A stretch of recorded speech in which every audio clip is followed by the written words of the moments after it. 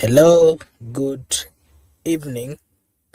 This is Brother Benson Media, and today is on a Monday. We are blessed to have this opportunity to discuss, of course, the issues affecting the Republic of Kenya and most of the political side. As we know, today is 02/02/2026. Before we proceed, allow me to take this opportunity to welcome all our viewers and to remind you that this is Brother Benson Media. And suppose you're watching for the first time, we request you to kindly like and subscribe. If you do so, it is a way of supporting us. Na sisi hapa of course tutasema ni asante. I want to take this opportunity to welcome Miguda. Miguda naye akuja tuambie siku yake imekuwa vipi and how is the going. It's a Monday 02/02/2026.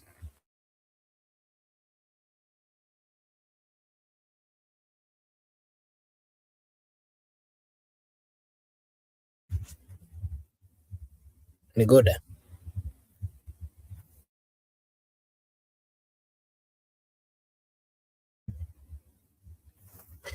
are you there?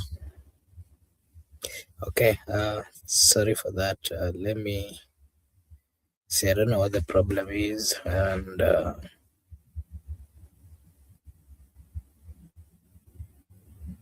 you there? Oh, hello. If you can hear me. Okay, I want to pass my greetings to our viewers. I also pass my greetings to you. Welcome you to the show. We hope that we are going to be having a very useful conversation over here to better our policies and governance. Back to you.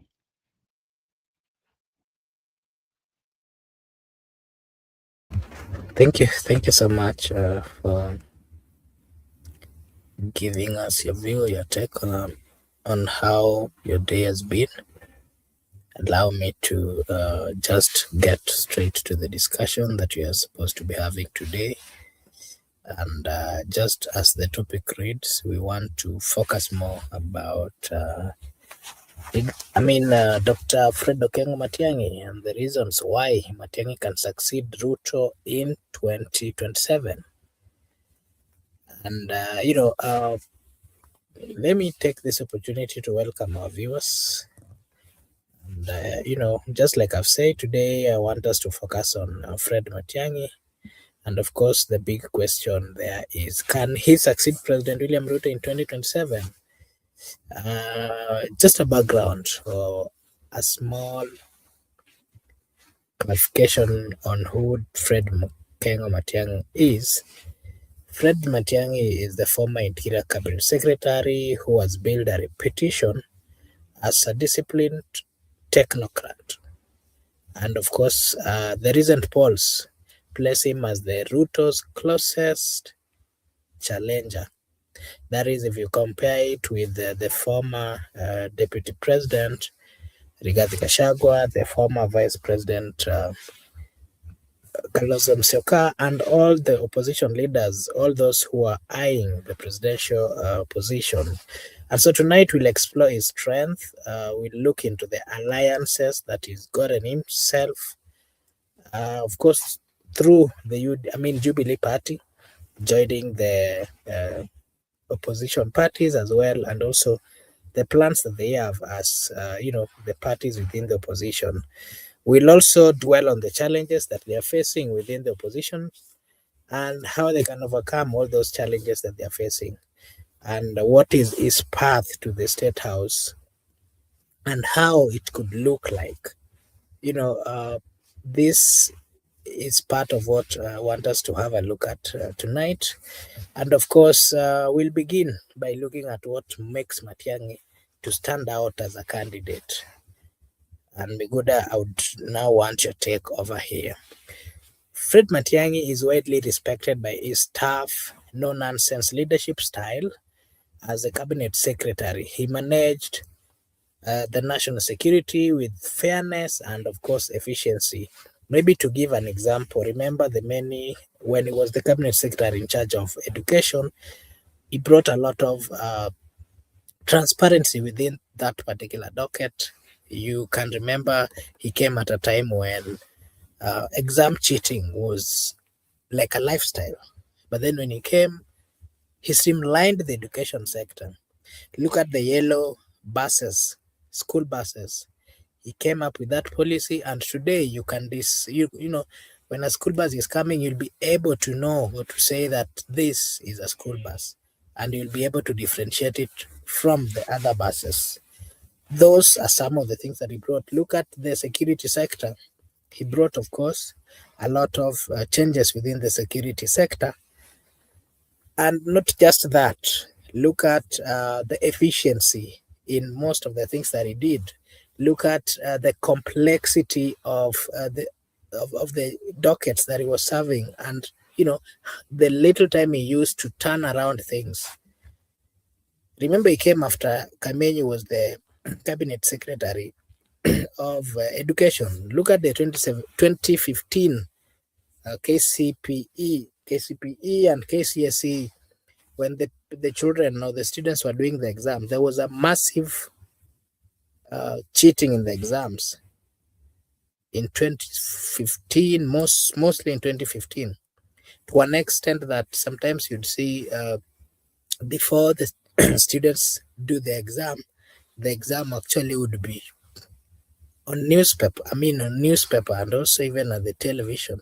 When he came, he changed that within few years, 2016, 2017. And those are the most important things that he changed within a few years that he was given the opportunity. And that, of course, brings me to this again. He also left a mark, just like I've said, in the education, enforcing discipline, exam management, and restoring credibility to the system. And like many politicians, Matiangi is seen as a less tainted by corruption scandals, giving him credibility among voters who want clean governance. And of course, if you can remember the recent Infotrack poll shows Matiangi as the strongest opposition candidate ahead of Kalonzo and, of course, Rigathi Gachagua, not just Rigathi Gachagua, ahead of the other politicians who are within the opposition side. And so the question I would want you, Miguda, to give your take on, do Kenyans want a technocrat after years of populist politics, or does charisma still matter? Mr. Migura, what are your views? Okay, it cannot just be suddenly transformed to be technocrat leadership from charismatic, outstanding. It must be evolve. It must be done gradual. It cannot be instant.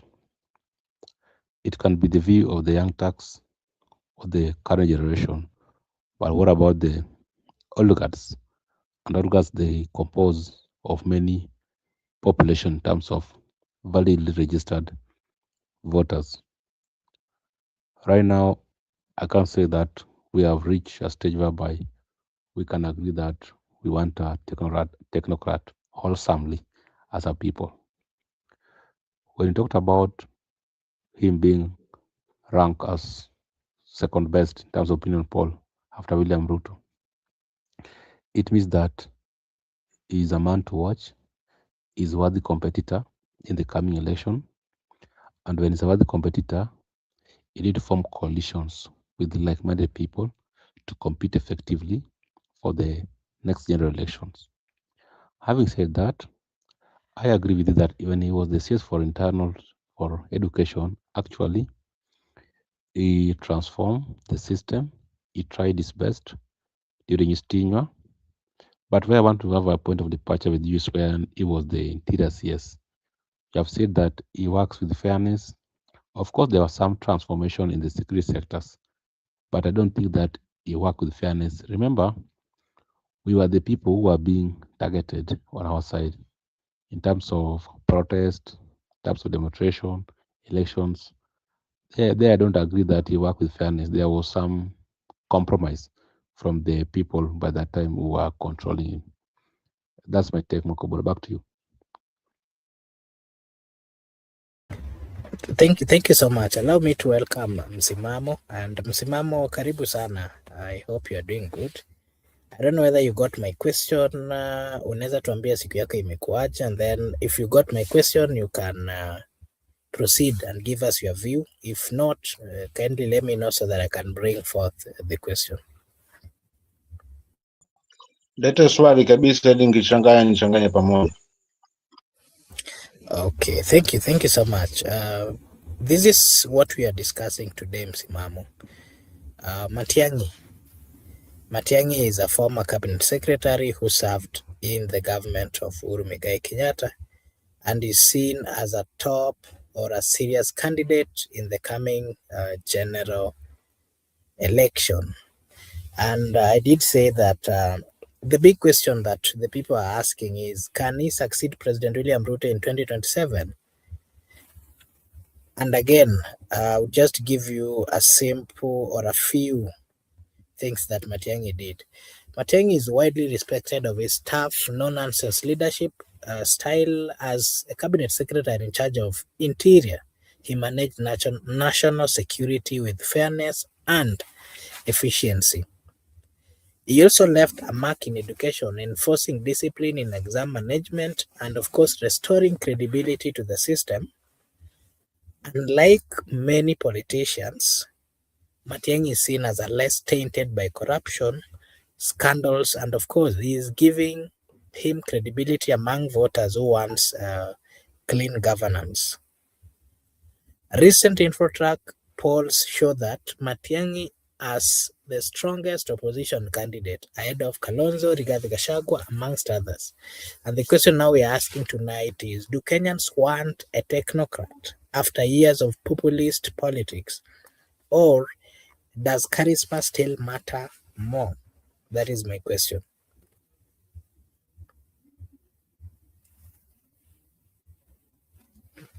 Simamo. Labda kizungu yangu ni ya kuja na meli, unaelewa. Hapa mwisho kwa, do Kenyans need a technocrat? By the way, who's a technocrat? Ni mtu wa namna gani? Okay. Kama ni kiongozi wa namna gani? The question I've asked is, do Kenyans want a technocrat after years? A technocrat, let me give you a clear clarification. You know very well that Fred Okengo Matiang'i was not a politician. He was appointed and he came from the academia area. And, he was... is somebody who is learned, somebody who understands quite a lot in terms of the education side. Remember the changes he brought on the education sector. The reason why he did that is because he was not picked from the political landscape. He is a technocrat, to mean that he's somebody who has the knowledge in those particular fields. Compared to the other appointments that we are seeing politicians being appointed to these dockets and they have no knowledge. They are actually politicians being given a position in dockets that they have no knowledge about. I think that would give you a clear meaning of what I mean by techno. Asante kwa swali na pia kwa kuweza kudadavua. Kwanza nimeanza kwa salamu kwenu ndugu yangu Mebuda na wewe host, lakini haswa kwa wale wenye wanatufuatilia na tukusikiza haswa popote kule waliko duniani, iwe ndani ya taifa letu ama nje, lakini kubwa zaidi wale ambao wanabaki kwa panda section kama section kule. Nimeona Paulina na wengine wale wana bezo pande huo. Nikianza nitasema hivi. Tofauti ya serikali iliyopita na serikali ya sasa ni vitu viwili tofauti. Hawa wamedonate expertise kutoka kwa wanasiasa kuweza kuwasaidia. Kule wakati ule mawaziri walikuwa wanachukuliwa nje haswa na siasa. Ndio unakuta sasa baadhi yao haswa ndio walifanya kazi, ukiwemo haswa huyu kiongozi Matiang'i. Alifanya kazi kwa uweledi, alifanya kazi kwa kuheshimu haswa katiba. sio wakati wa stori zenu hapa.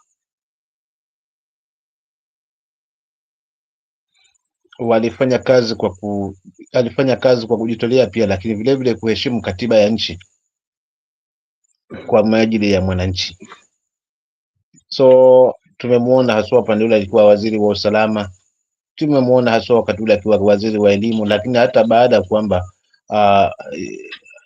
baada ya haswa ya hiyo serikali haswa kuwa nje ya madaraka ama kufika mwisho wake, bado ana ile strength ya kutaka kumtengenezea Mkenya, lakini vile vile pia anazungumza mambo yake kwa polepole, lakini kweli. Mfano, alizungumzia sana jana swala la elimu, jambo ambalo haswa kiongozi wa taifa nimeona akilidadavua zaidi kule upande ule, kwamba waliosababisha ni miongoni waliosababisha ni yeye, ni wao, na wakati yeye mwenyewe pia alikuwemo katika serikali hiyo. Nimeona Wanga pia akijaribu kulizungumza haswa, lakini yeye alizungumza kitu ambacho mwananchi anakielewa na anakisikia na kuelewa ni nini sekta ya elimu haswa, na akipewa mamlaka hii sekta ya elimu haswa, elimu wanafunzi watakwenda bure, itakuwa bure haswa, elimu itakuwa bure, jambo ambalo limemuuma sana haswa huyu bwana ambaye anasema yeye yuko na mpango, wenzako wako mpango-less, unaona. So kwa kweli hakika chema chajiuza siku zote, kibaya chajitembeza. So tunaona wale wanaojitembeza sasa hivi kwa kuweza kuwachukua vijana wetu haswa, kuwapoteza maboya kwa vitonge vya mkononi, kisingizio wote tunafanya empowerment. Mbona empowerment hii haikuja mapema at early stage? So as muda huu angekuwa ni wanabiashara na tungeona faida wangapi haswa wameweza kufaidika. Vipi yeye anasema na empower wakati mmebaki muda kidogo tu na hii kitimuliwa mamlakani, na kina nani watashikwa mkono tena? Kwa sababu nimemsikia CS hapa akizungumza akisoma kwamba hata ukifilisika kijana usio na wasiwasi wa kushika mkono tu, ngajua huu ni uongo. Kwa kweli hatuwezi mkompea haswa Ruto na Matiangi kutokana na utendaji kwa kazi. Mmoja ni gwiji wa siasa, mchachi wa uongozi rohoni, mwingine ni mnyamavu lakini ana roho ya uongozi. Hiyo ndio tofauti kubwa. Kwa hiyo kivyo vyote vile atabaki kuwa na asilimia kubwa haswa Matiang'i, kwa sababu kwanza tukikumbuka alifanya kuletwa haswa na wananchi kutoka kazi yake, na kama hiyo tusaidie hapa, kuna mambo yanaharibika. Si kiukweli, ni lazima tuzungumze, tumpe credit yake. Matiang'i anafaa, anatosha, na uwezi mkombani kabisa na bwana Ruto hata siku moja, haswa katika masuala na uongozi.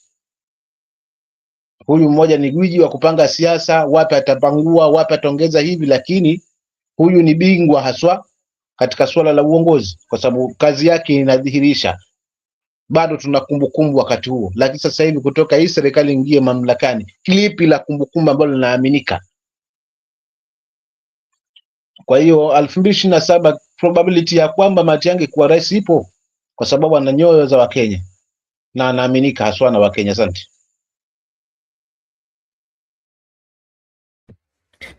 Okay, thank you so much, Msimamo, for giving us your view or your take. Really appreciate. Allow me to welcome all our viewers and remind them that this is Brother Benson Media, and over here we do say that your opinion counts. We are seeing the political alliances, Mr. Miguda, where ODM, of course, remains the kingmaker. If Raila Odinga, if they decide to step back, Matiang'i could emerge as a compromise candidate accepted to all multiple factions. Remember, the only person who for long managed or was seen as, a candidate that is acceptable was Raila Amolo Odinga. So now that he's not around, and we are having Rigathi Gachagua, Kalonzo Musyoka, who has been deputy, as vied as a deputy, not once, but almost 3 times under Raila. But we are also seeing Kalonzo Musyoka has already positioned himself as a moral voice in the opposition politics. So my question is, with a Matiang'i-Kalonzo partnership, could it be powerful? Miguda, you'll give us your view. But again, Matiang'i's Kisii route give him a regional appeal. Of course, potentially broadening the opposition base beyond Mount Kenya and Rift Valley. We are seeing for the first time a person who is coming from, let me say, Kisii land, is seen as, most people are used of a candidate coming from Nyanza and specifically Luo. If not Luo, it's Kamba, or if not Kamba, it's Kikuyu or it's Kalenjin. But this time around, we are seeing him as, of course, we've seen quite a number of leaders coming from other regions, so all of them who have also wanted to get to the position of the presidency.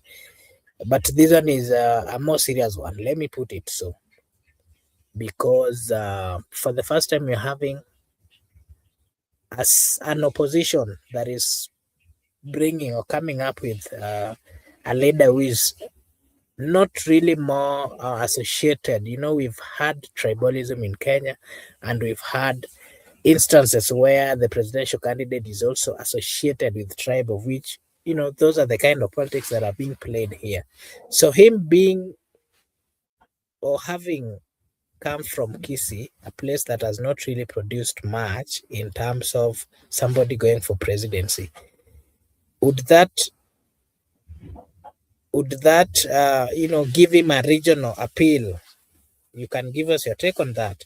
But again, unlike Ruto and of course Rigathi, Matiangi critic the politicization of the pulpit. So many times you've seen Matiangi saying that churches or pulpit are not the right place that politicians are supposed to make their politics.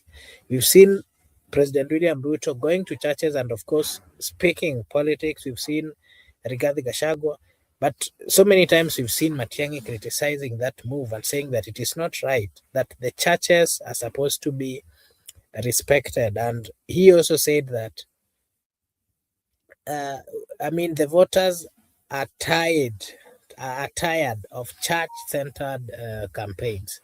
And maybe Miguda and Simamo, what are your views? Can Matiang'i build a coalition strong enough to rival Ruto's church-driven networks, having in mind that majority of support base that Ruto is getting, or those that he got, were from the church?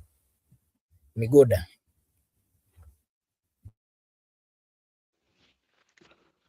Okay. Oh, what I want to say is that generally most people prefer candidates who are coming from opposition. Whenever a government has been established, there must be ups and downs of that government. You find out that mostly people in oppositions globally, they view it different angle, and they are able to point out the mistakes or the underperforming of that government. They are always that popular followers by people who are out of the position. They tend to get massive popularity, and sometimes they have been given mandates and instrument of power to execute for the state, but they have failed. The Matangi factor can be good for now because of the current regime which has been established, which many Kenyans are dissatisfied with how it's operating. But the big question I want to ask tonight, what if Matiang'i is the same government we want to remove from power? It can come back with the same and people are going to be dissatisfied with Matiang'i's establishment government. Then later, in 2032, they want to introduce another person.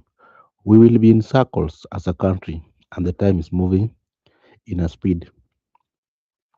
The issue of churches, it has been a norm in the Kenyan politics that some people do politics church, some people do the politics of pulpit.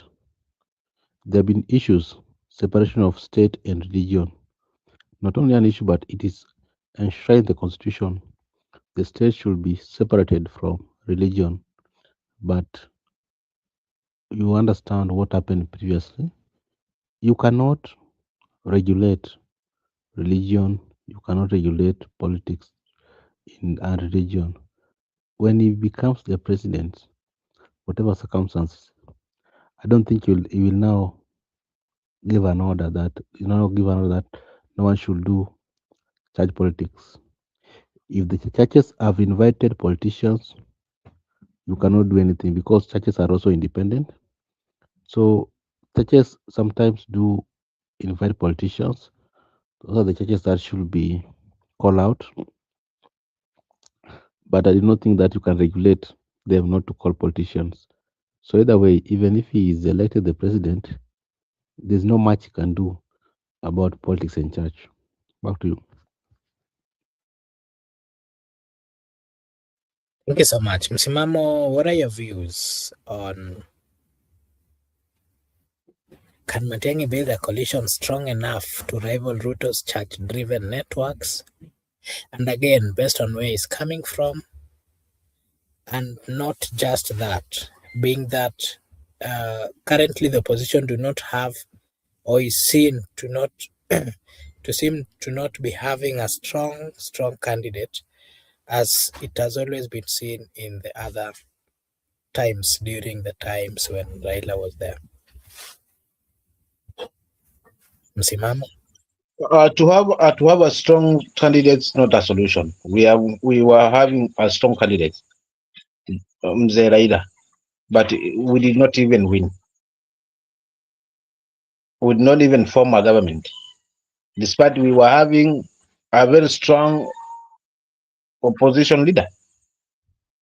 Kwa hivyo hapa tusione kwamba tukaingia viatu vya hawa mabwana kwamba hawa hawana mpango, hakuna kiongozi. No, tusikize haya maneno yenye wamezungumza jana katika mkutano mjue hapa ni nini haswa tuna kinagombaniwa hapa. Already we know kwamba tunajua kwamba elimu hiyo imeshasambaratika, masuala ya afya yameshasambaratika, mambo mengi yameshasambaratika, ufisadi na everything. Ni nini chanzo? Tunajua chanzo ni kwa sababu ya poor governance, watu wa sisi kwa sisi. So cha msingi ni kuondoa hawa watu wa sisi kwa sisi. Huo ndio mpango mkubwa, kwa sababu kama ni elimu ikifungiwa mianya kwa corruption, watoto watasoma bure. So that's what we need as Kenyans. So mkisema kwamba hakuna strong opposition leader, mnanishangaza. Na hata tukisema sawa, yupo ni Kalonzo ama ni Matiangi ama ni mwingine ama ni Gachagua, kwa kumjua peke yake ndio kwamba tumeshinda?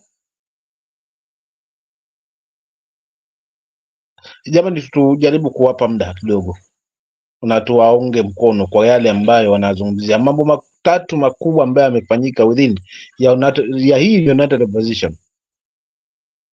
Wametaka kujua aswa mfumo mzima utakaofanywa wa IEBC. Tulikuwa hapa tuliyaona. Sasa hivi wameingilia aswa na masuala aswa na hii mambo na usalama na mambo ya kupanga. At least tuone kama yataenda kupata suluhu. So wanadila vile vitu ambavyo tuko navyo, lakini hatutaki. Tumezoea lugha panganga, propaganda, wao tutatenga, tumeleta, tumefanya hivi. Hiyo ndo tumezuia Wakenya na tunataka kuona. Lingine ana maana kusema jamani, siasa zipunguzwe asoma kanisani, kwa sababu dini na siasa ni wapi na wapi. Dini ni juavyo mimi, msimamo kwamba ni kioo cha jamii na kinasimama haswa kwenye haki. Yaani tunalumbana huku, kija kwenye vyombo vya dini haki inapatikana. Sasa ikiwa hapa kwenye haki tumepisha wanasiasa wametawala, tujiulize, je, itakuwaje? Tuliona aswa 2000 siasa 2022 kuendelea hapo, wakati wa siasa makanisa yalivyotundikwa mamilioni ya pesa, kwa sababu Wakenya sisi ni wengi tu wa kusahau na kufocus la leo. La Matiangi amesema nini, Ruto kasema nini, Kusumo peke yake. Tukimaliza kesho tukiona vitimbi vingine basi, na ndio maana tunatumika aswa na hawa wajanja wa siasa. Na tukikumbuka aswa 2022 aswa siasa ilikuwaje aswa katika mrengo huo ulioko kwa serikali na makanisa. Mamilioni ngapi zilibebwa kwa kanisa, tunajenga hii tunajenga hii mpaka ikaanza kuleta cheche, ndio ikapunguzwa kasi kidogo, lakini ilikuwa like a norm. Hapo ndo makanisa yalichafuliwa kabisa, yakatoka nje ya mstatili wa maadili haswa ya kidini na wakajiingiza kwa siasa, na kila ilivyo dini kichanganywa na siasa, hapo ni pumba tu. hapo ni pumba tu. Kwa hiyo mimi ana haki kuzungumzia haswa kwamba hii siasa, na nadhani huyo habahatishi. Mbona uzuri wa Matiangi habahatishi kubahatisha mambo. Tunataka kiongozi ambaye ni jasiri, akisema sasa kanisa mtafanya hivi, kila mtu anafuata hivyo. Bora tukiwe tusi nje ya katiba, si kwa ajili ya kujifurahisha yeye, bali ni kwa ajili ya wengi, ili tuipe heshima dini, tuiregeshe katika mstati na tuitoe haswa katika siasa. Kwa hiyo united opposition, all leaders are strong, kuanzia kwa Gachagua, Kalonzo, Mathakarua, Matiang'i anatembea, all leaders are strong. Haijalishi ametoka katika jamii gani ndogo. Hii masuala kwamba ametoka katika jamii ipi, rais huyu ametoka katika akina nani, wataleta ngapi, kura ngapi, wako, hii haitatusaidia. What we need ni kiongozi ambaye haswa atakuwa na uongozi ndani yake, na uongozi ni kule kufeel kwamba nimebeba mzigo wa wengi ambao wananitarajia mimi haswa niwafanyie mambo mazuri, si ya ni wa kuwatumia kujinufaisha kama tunavyoshuhudia. So hayo ndo yangu, kaka yangu host, kwamba dini, hata mimi napinga vikali sana kuingia katika masuala. Mimi napenda mwanasiasa akiingia hapo, ameenda hapo kuabudu, matendo yake akitoka hapo, wacha akazungumza siasa yake, wananchi wataamua. Angalau dini irudi katika heshima yake, kwa sababu sasa hivi hatujui dini ya kweli ni ipi na wanaotafuta hela ni ipi, kwa sababu wamezuka makanisa kila uchao ambayo kwa kweli imeshusha thamani haswa ya dini, na viongozi nao hawa wajanja wametumia hiyo loophole huko, akienda kimwaga milioni 5 ni za ujenzi, waumini wote wa hiyo kanisa amebeba, hizo ni kura. So tunatumika kama kanga wenye chongo kwa kurushiwa chambo, na tunajisahau kwamba ndio sisi ambao tumeweza kunyofuliwa manyoya yote. Sasa ni chambo hii ambayo tunarushiwa tu, na tunaenda tukidona. Viongozi wetu ndio wa kwanza kwenda kudona, na mtu ndio huyu aliyotutoa manyoya haswa kabisa bila huruma. So strong opposition inaweza nikamili kwamba wote ni wazuri. Wacha tusikize ni nani ambaye ataweza kumtoa, kwa sababu najua wenyewe wanajua ni nani ambaye ataweza kushikilia haswa hili, na pia upande mwingine unangojea usikie kwamba ni fulani tu, na unajua ni hao wa kuribattle, wanaambiwa leo kesho wanatafuta conference ya vijana, wakaenda wakajibizane yale majibu ambayo wenzao wameweza. Yani ni siasa kupanguana. Hii ndio siasa ambayo ipo ya kuchafuliana, lakini in the real sense mwananchi anasemaje hapa? Maana hata mimi sijakonvizika kwamba labda Nyanza yote wanaafiki ile ambayo wameweza kuambiwa na viongozi wao wakiongozwa na ODM party leader, pamoja haswa na upande huo. Si wote wataamini haswa hayo. I still believe kwamba kuna watu ambao watasimama for the right. Asante. Okay. Thank you so much, Msimamo, for giving us your take. We really appreciate. Allow me to welcome Brother Benson and partly pia tupe maoni yake. And Brother Benson is just trying to have a conversation here about Fred Matiangi and the strength that he has as a politician who is also seeking to outseat the president, William Samoei Ruto. And Matiangi is widely respected for his tough, no-nonsense leadership style as a cabinet secretary, both of Interior and for education. Remember, when he was in Interior, he managed national security with firmness and, of course, efficiency. In education, he did enforce discipline in exam management, and of course, he did restore credibility to that particular department. And then recently, the Infotrack is showing that Matiangi is the strongest opposition candidate ahead of Kalonzo, Rigathi Gachagua, and the other political contenders within the opposition. So my question to you, Brother Benson, is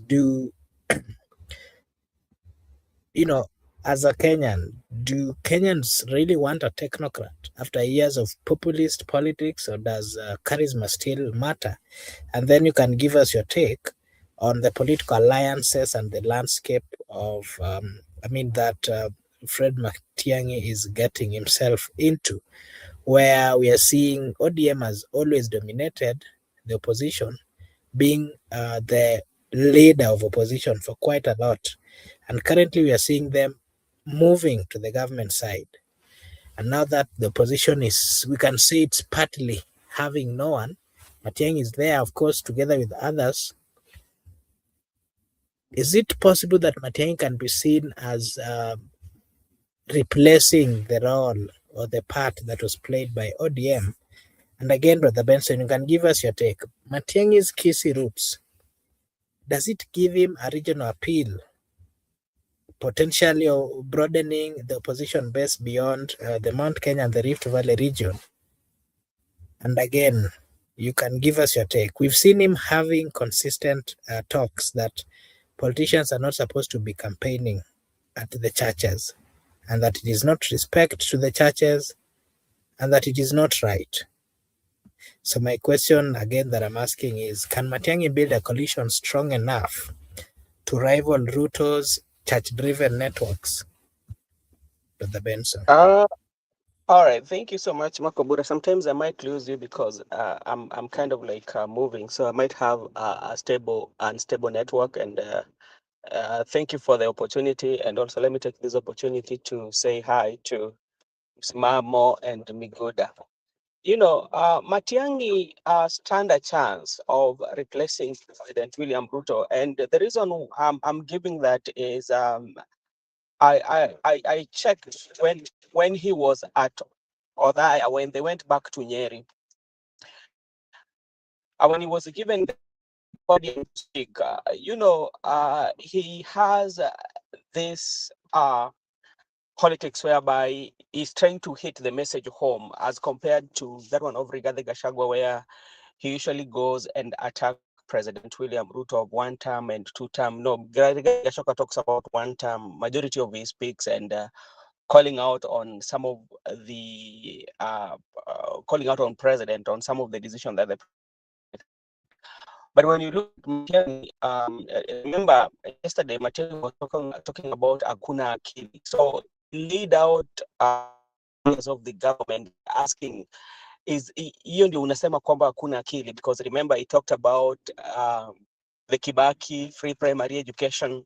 He reminded people how Bill Clinton said that he wanted to meet president. That is the only person he wanted to meet, President Kibaki. He talked about the transitioning that they did with Uhuru Muigai Kenyatta, and was mentioning 60 years after independence, still the children cannot go to school.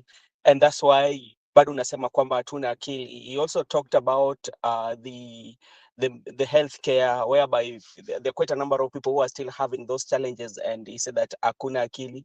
He talked about the security, whereby he was saying that the police are working together with the goons, and hiyo ndio bado unasema hakuna akili, and talking about even the churches. So with that, I think is getting that messaging that people wants to hear, rather than always, if you compare what Rigathi Gachagua is doing, that alone, come back, it will be not very easy for president, and the president will always send as spare as your lectures, because like when you start to raise issues, especially that are touching on the issues that are questioning some of the things that maybe the president is doing or maybe the government is doing, the president will always defend or rebuttal you by saying, spare us your lectures, we know what we are doing.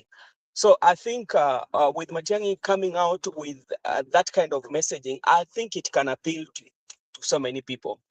Then secondly, I think like if you say people cannot look at Matiang'i and take for granted, I think like I've always have this belief that only people who can be in the leadership of politicians. But if you look at the legacy of these politicians, they've failed terribly. For instance, look at what is happening in the northeastern, especially. They've been getting money. The other day, you saw what happened to the money that the governor, especially, say that was used, but it was allocated somewhere. You saw what happened with Cecil Mbarire, whereby 10 million Kenya shillings that was made for industrial park was diverted to border summit that happened in Embu. And when she was asked, she was under pressure. From where? And remember, this event was being attended by deputy president, knowing very well that they've taken the money. The governor has taken the money that is not meant for that. So I think as we want to look at changes, or we want to look for good leadership, I don't think that it will be of good taste if we say that, okay, we are looking for a politician who is going to be, but maybe to look for somebody who can bring change into the leadership of the country. Because like even him himself yesterday, he maintained that the only problem that we have is the average leadership that we have. That is what is costing the country. And he was saying that, okay, if you give us an opportunity to lead, we will make sure that the free primary education is, the education sector is going to be in good shape if you give us the uh, the opportunity. So I think if Matiangi can maintain his messaging, with coded message, and bring a new twist on how he does his politics, populist, he ran away from populist politics, from maybe what the president is doing, and other politicians, especially ile ya ku attack watu politically. So I think it can also, he can stand a chance. Another thing that makes Matiangi to stand a chance is taking advantage of what the people on the ground are saying. Because like if you listen to people from the ground, especially, remember the president the other day said that everybody should go to school without uniform or without school fee. Every Kenyan student who start for that examination, but they are going to school there, and some of them are still being sent home. So the question is, what is happening if the president has given directive, and there are quite a number of people who are still being sent home because they do not have money for uniform. They do not have money for where at the time of they're being admitted, and they're told to go back home. So if you take advantage of those weaknesses that are on the government side and have a very good packaging, then that could be a very it could stand a chance with him. And also, if he knows, especially quite a number of Kenyans who knows um, what they want in the ballot box, especially the pay slip. Those who are talking about the pay slip, who their pay slip are being eaten over by higher taxation.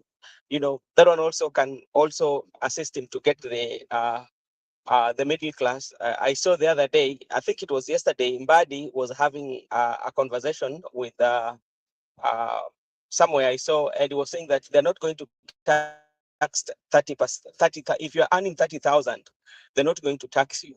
And I was now asking myself that so does it mean that even the house levy is not going to be taxed?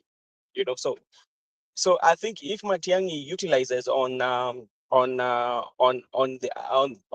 weaker side of the government, I think he has that opportunity to replace President William Ruto come 2027. But it's not going to be very easy, based on how President William Ruto right now. President William Ruto now with the Nyota Fund, his main target is in Kisumu, for instance, and the large crowd that were there, because he was launching for Siaya, Kisumu, Homa Bay, I think for the three counties, and you saw quite a number of people who have come. But you're being given 20,000, I think so. But you're supposed to earn like 50 in all 47 wards. Each and every person, the groups that are going to be selected, or those who qualified, I think you're supposed to have 50,000. But the 50,000, you're not getting it immediately. You are getting it in bits. You first of all get 25,000, which means another 3,000 is going for NSSF. You remain with the 22,000. You start with that. So, and the majority, the main aim is that even if it is empowerment, but the main aim is to capture the attention of the Gen Z. And maybe at some point you will say that the other 25,000 will come when we are almost approaching what we are almost approaching election. So which means that one will drive so many Gen Z towards the voting or to vote for him. So they also have to, Matiangi also has to try very hard to come up with mechanism on how he can do that, just in case if he's given an opportunity in the united opposition to lead. But from the way things are, I tend to believe that Matiangi in the united opposition, if he can be given that leadership, I think he can be well placed in position than Rigathi Gachagua, despite even the Kalonzo Musyoka coming with a lot of experience. But I think Matiangi can have a very good junk. Talking about the opposition, I listened to Gladys Wanga and some of the ODM members who are saying they're not going back to the street. Um, the street was not only meant to criticize the government of the day. The street is a way to tell the government or any other organization that we are not satisfied with what you are doing and things need to change. I think it is high time they also should go and read what maandamano, or what I would say that the the the protest has achieved. Go to those countries where people have protested. People are not just protesting. And for the protest, it wasn't only the Luo community who used to protest. Yeah, even though the majority of the population used to be in the Luo, led by the Right Honorable Prime Minister Raila Amolo Odinga. And now they're saying that they do not want protest. Nobody wants to protest. But if there's an issue that the government is not taking care of, or any organization, you are allowed to go to the street, because the constitution gives you that right to go to the street. And Wanga also talked about they need like 50-50 on the government, which is not realistic, because like, how do you demand that you need 50% yet you're already in government? How is that one possible? You are going to negotiate in a government that you are always in and you're demanding 50%, which will not happen. That is ni ndoto ya mchana. Huwezi sema kwamba you want 50% shares of the government. And you see, those are some of the things that usually have led us to where we are, whereby we go with the mentality that 50% position deliver. Mzee unaishia So if kabisa, tukupati kabisa mzee. the position, Benson, okay, hatukupati pole hapa basi, wacha kabisa. niangalie. Okay, Bakobura, you can continue then. Okay. Okay. Thank you for finding time to join us and to give us your take. And I want us to get to the next discussion, where we're seeing the challenges and, of course, the counter arguments coming from other politicians, and, of course, directed to the politicians as well. And,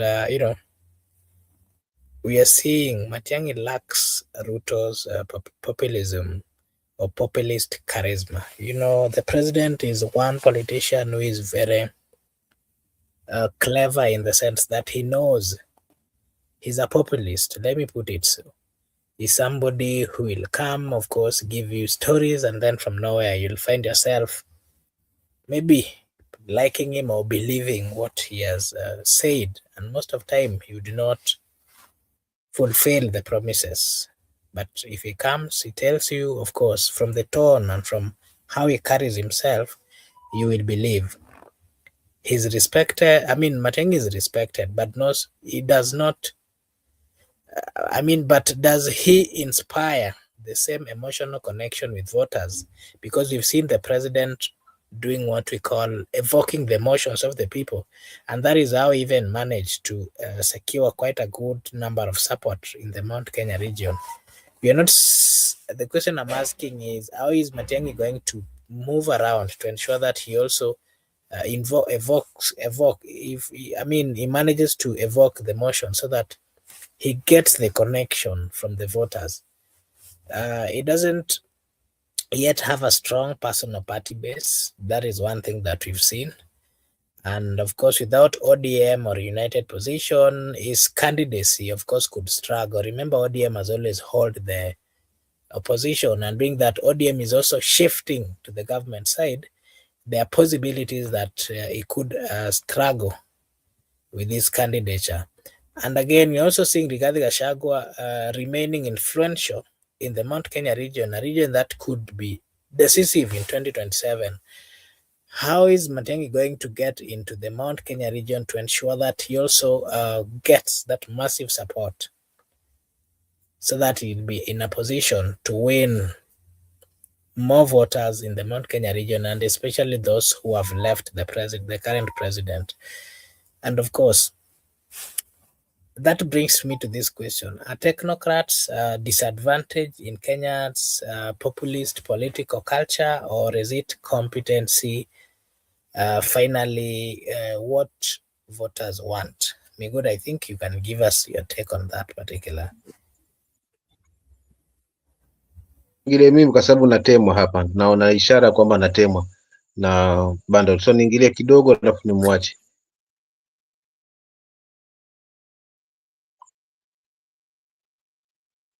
Simenielewa kaka? Yes, proceed. Ya, nisije nikatemwa kabisa hapa, ngo sijafanya wangu. Kwa samahani ndugu yangu Miguda, najua ni nafasi yako, lakini acha tu mimi niteme yangu hapa nikaondoke. Unajua mkisema ODM imejiunga kwa serikali na ndio ilikuwa upinzani, mnanishangaza. ODM ni nembo tu, ni maneno tu, kama vile tu niandike msimamo basi inabaki pale pale, lakini ODM haswa ni wanachama wameenda wote kwa serikali, ni wananchi wameenda wote kwa serikali, ama wameshawishika sasa hivi. So kiukweli bado wafuasi wengi wana maswali haswa na huu muungano na ukuhuba kwa viongozi wale ambao wanafungama na serikali na wako mbioni kunadi ODM, lakini wakumbuke bado wana kibarua kigumu kuweza kuwaleta wana ODM wote kwa pamoja. Failure to which itabaki ni ya region, na hiyo region pia ita decide. Si wote watasimama kwa sababu wameambiwa tuko kwa serikali, wengine kwa serikali because wanatafuta power wapate 50-50. Kenya is above power. Kile wanahitaji ni kiongozi ambaye atakuwa na wajali na tija na kufikiria taifa muhimu. So huyu hata akisema yuko na mipango, yuko na hii lugha aliitumia 2022 na mambo mengi na huko nyuma. Lugha hii ishajulikana sasa kwamba haina mashiko. Kwa huu mwaka tutakuta hatua mambo mazuri akiletwa, kila mtu anagusishwa, kila mtu nini, lakini because ni kwa sababu tu ya hiyo 2027. Wao wanga kujipiga kifua kwamba wao tunataka tuna demand nini? If you are the largest party East and Eastern Sahara, so what are you demanding? Wacha wafuate, na kwa sababu hata mnadonate expertise, wacha mfuate na serikali mbembelezwe, sio nyinyi ndio mnafuatafuata. Angalau hii kitu hii ndio inaniuma, but millions of supporters of ODM still are on question marks. Si wote wamebebwa ati wako kwa broad based government, ni viongozi ndio wako kwa broad based government, nao ndio wanakuja kwa wananchi walazimisha wao kwa broad based government. Hilo ni la kwanza, na lingine la mwisho haswa ni hili nilizozungumzwa na kakaangu hapa. Kiongozi hatachaguliwa na wingi wa region ama na ungwaji na kura ataleta kwa region. Tukia katika huo mkumbo tumefail pakubwa kama taifa. Kiongozi wacha awe ni kiongozi ambaye ana track record nzuri, kiongozi ambaye hafungamani na masuala na ufisadi, kiongozi ambaye atahakikisha kwamba ataiheshimu katiba yetu ya nchi na kuifuata haswa kisawa sawa. So haijalishi hata kama anatoka jamii ndogo, lakini yuko na tajriba. Wakenya tunafaa tumwangalie yeye, kwa sababu tukibeba kwamba ni mtu wetu na sisi ndio ngome kubwa ama sisi ni jamii, sisi lazima safari hii tutoe mtu wetu. Hiyo tumeiona, tumeona matokeo yake na haitatupeleka mahali popote. So mimi awe na chama strong awe hana chama strong, anatosha ama hatoshi? Swali langu Matiang'i, anatosha? Kwa sababu alionyesha tu mfano bilioni 7, si bilioni 7 kwa sekta ni ya kazi gani? na tunashuhudia sasa hivi, kama si kwa Nyota Fund, basi labda pengine ni kwa kufungua soko ama kwa mkutano State House. Ndio hiyo miaka yote mitatu tumeona wageni wakialikwa, hawa mara walimu, mara grupu hii, mara grupu hii, mara grupu hii, mpaka sasa the last group ambayo inaumiza kichwa, ambao wanataka kumalizana nayo haswa ni Generation Z. Wafeel they are part of this government, tena wachukuliwa akili kama pale mwanzo kwa Hustler Fund. So this is another hustler nation.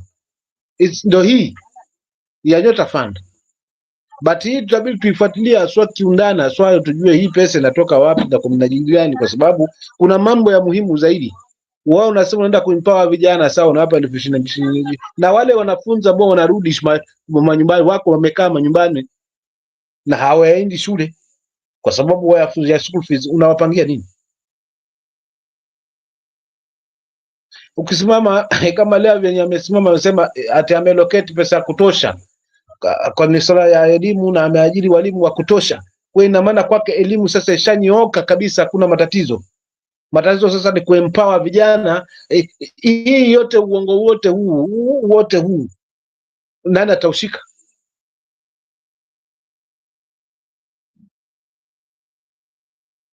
Kwa hiyo mimi ari yangu kubwa ni kuona kwamba viongozi wa wapinzani wasiwe tu udhaya tu, wao waentokelezee kwa wananchi.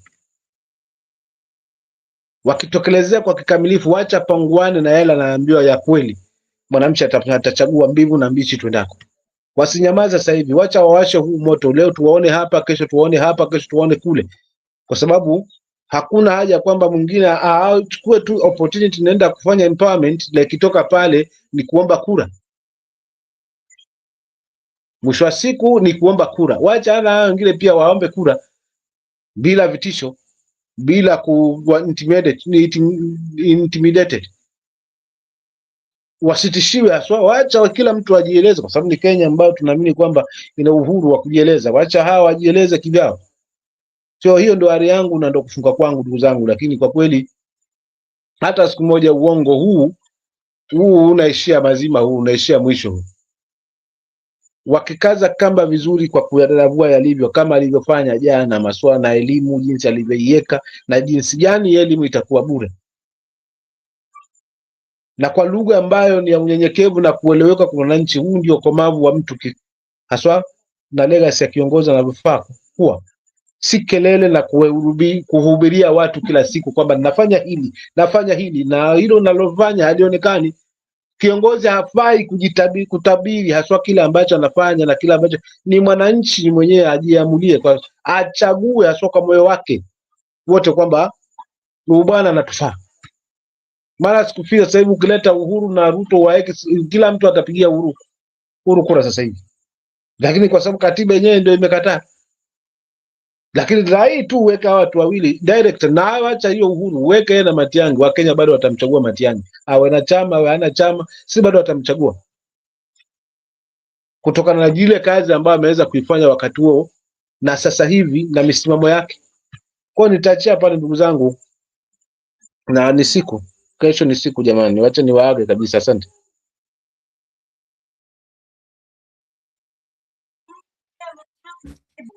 Okay. Thank you so much, Simamo, for giving us your views. We really appreciate. Thank you so much. And to everyone who is watching, this is Brother Benson Media. Over here, we do say that your opinion counts. We request you to kindly like and subscribe. If you do so, it is a way of supporting us. Miguda, what are your views on the same questions that Msimamo has given his take on?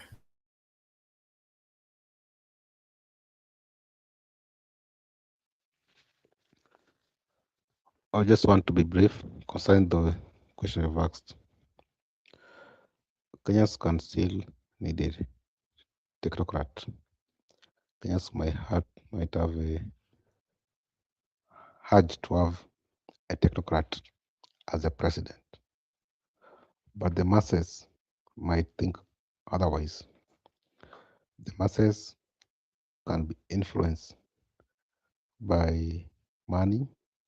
The masses can be influenced by emotional intelligence, playing along with their mind, but not concentrating on the real issue.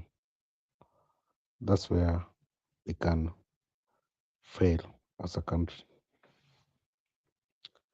But if Matiangi is going to resolve the issues and transform the country, he stand a better chance, because currently there's no competition. Once you can persuade and avail yourself to be effective competitor, worthy one, the people of Kenya might elect you as the next president of the Republic of Kenya. So the issue of technocrat, the issue of meritocracy, why can't we give it a try? Why can't we try a technocrat president, unlike the others who have come before, so we can identify where our problem is as a nation? Is it a technocrat problem or a current leadership problem? Makobura, back to you.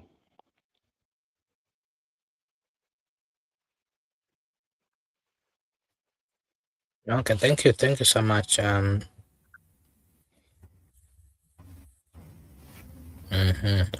thank you. Thank you, Shaima. I've seen that. Uh-huh. Hatutaki elimu ya bure tu, tunataka elimu bora na bure. Okay.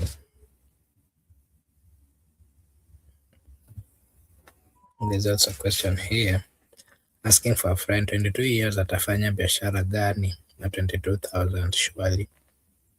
Mtu labda ajashika hata 10k. Okay. Thank you so much, Shaima, for your take. We really appreciate. And maybe to just give my last views on this particular statement is we are seeing what we call, we've seen Fred Okengo Matiangi's path to 2027 rest on three pillars. Of course, his technocratic credibility, and not just that, we are also seeing that the opposition unity. If the opposition is united, it will give him a good opportunity. And you're also seeing the voter appetite for issue-based politics. That is what Miguda was trying to explain. The people really do not care. I mean, the people should give a chance to somebody who is giving or playing a politics of issue-based.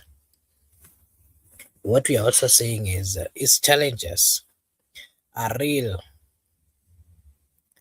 Charisma, we've got party machinery, and of course the decision by the other political parties within the opposition could make or break him. And that is why I've talked about the three pillars. His technocrat would give him a chance. The opposition unity also matters to him. And of course, the voter appetite for issue-based politics. So the ultimate question is, will competency and discipline finally outweigh populism in Kenyan politics? That is what we are waiting to see, based on the fact that we've been in the Republic and we've seen the kind of politics that are being played. We are waiting to see whether the people of Kenya will make the decision based on the populism kind of politics or the issue-based politics. We'd love to hear, of course, your views. What are your views in terms of, would you vote for a technocrat like Matiangi, or do you prefer a populist leader like President William Samoei Ruto? Those are some of the questions that are coming forth. And I think now that Meguda seems to have dropped, I would not go for long. I would just want to take this opportunity to appreciate and, of course, to acknowledge everyone who joined us today. And allow me to say a big thank you to John Owiti, Shaima Hussein, I saw Batseba Ndwari. Thank you so much, Batseba, for also finding time. It's been a while. I also saw Nazar. Thank you so much for also finding time to join us. We really appreciate. I also saw somebody here by the name. Let me see. This Paul. Oh, thank you so much, Paul. There's Dale. Dale Felix was also here. Thank you so much, Dale, for also finding time to be with us. Alice was also here. Thank you so much, Alice. And of course, today, just like we've had a conversation, and the question that we are asking tonight is, what are the chances that Fred Okengo Matiangi are having in as we are approaching the next general election? Him being a technocrat, and of course, he's intending to remove from power or to fight politically with somebody who has been in politics from 90s to date. The question you're asking is, how possible or which ways should he use to ensure that he get to that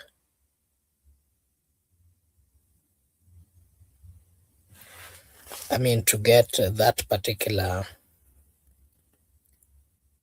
position? Those are some of the questions. But again, today I also saw the president was in Kisumu. He's been in Homa Bay. He's been in Siaya, of course, with these projects of Nyota. I saw the comment of Shaima here saying that the president is giving people 22,000. Can 22,000 assist a Kenyan in this kind of environment or in this kind of economy?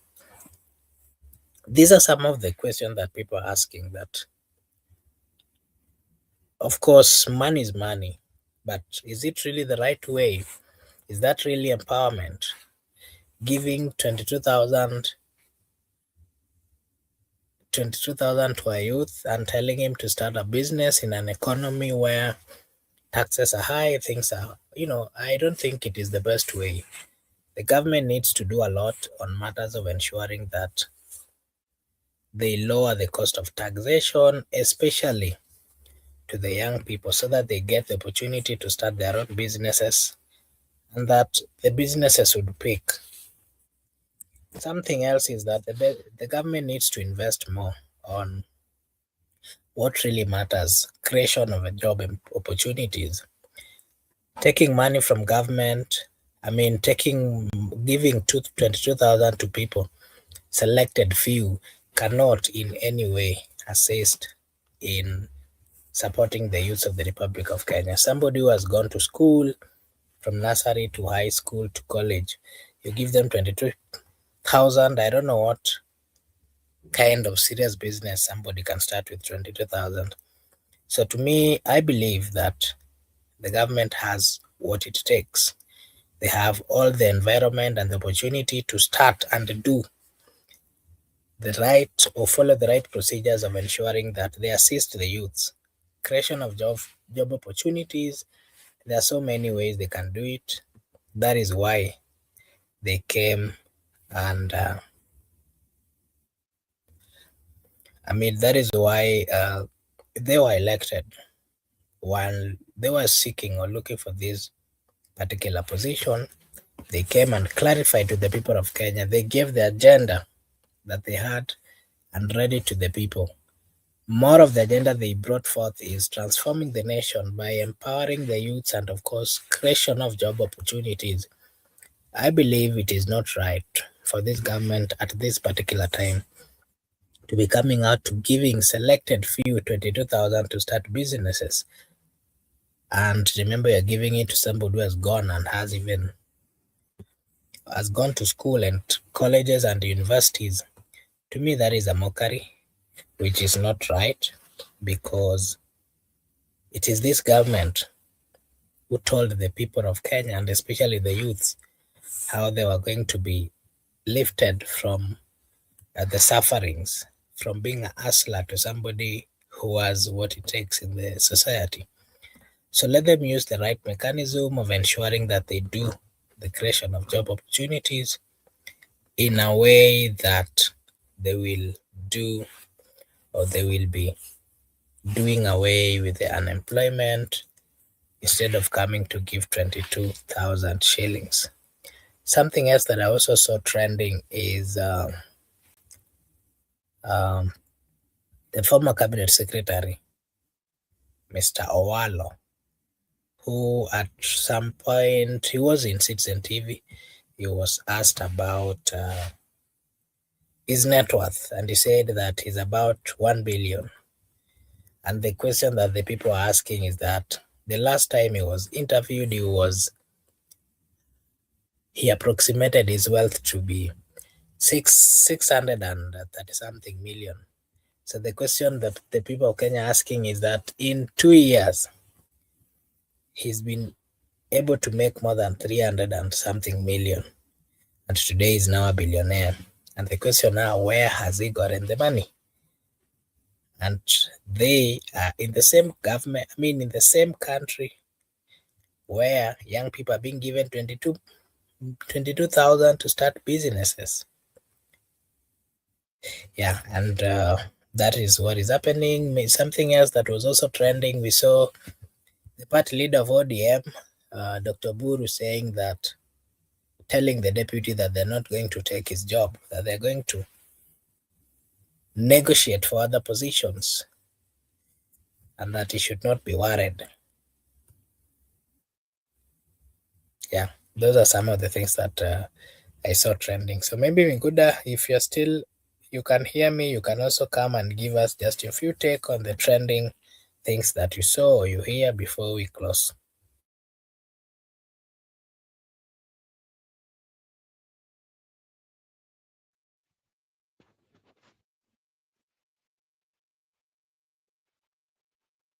And maybe before you pick up, Mdumez has given some proposal here, which I think is okay. Yeah, maybe we'll ask him and then we can see what we can be able to do as the lovers of this particular channel. Thank you so much, Mdumez, for that insight. We will talk about it and see the possibilities of that. Okay, I just want to state my last thoughts. Right now, I can see Matiangi has come to the pitch and he is all over and it's also moving. That's very fair.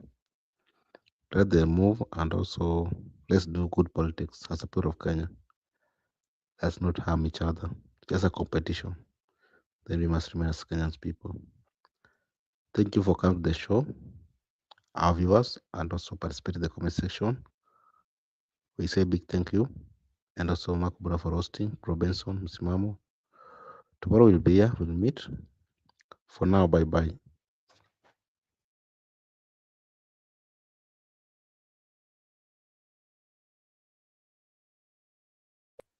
Okay. Thank you. Thank you so much, Meguda, for your take as well. I think we'll just end now. I want to take this opportunity once again to say a big thank you to everyone who joined us. And once again to remind you that this is Matiangi Media. And over here we do say that your opinion counts. If you're watching for the first time, kindly like and subscribe. If you do so, it is a way of supporting us. Na sisi hapa tutasema ni asante. I want to take this opportunity, of course, to wish you all a blessed night, a blessed morning, a blessed afternoon from wherever you're watching us from. Thank you so much. And may God bless you. See you again tomorrow.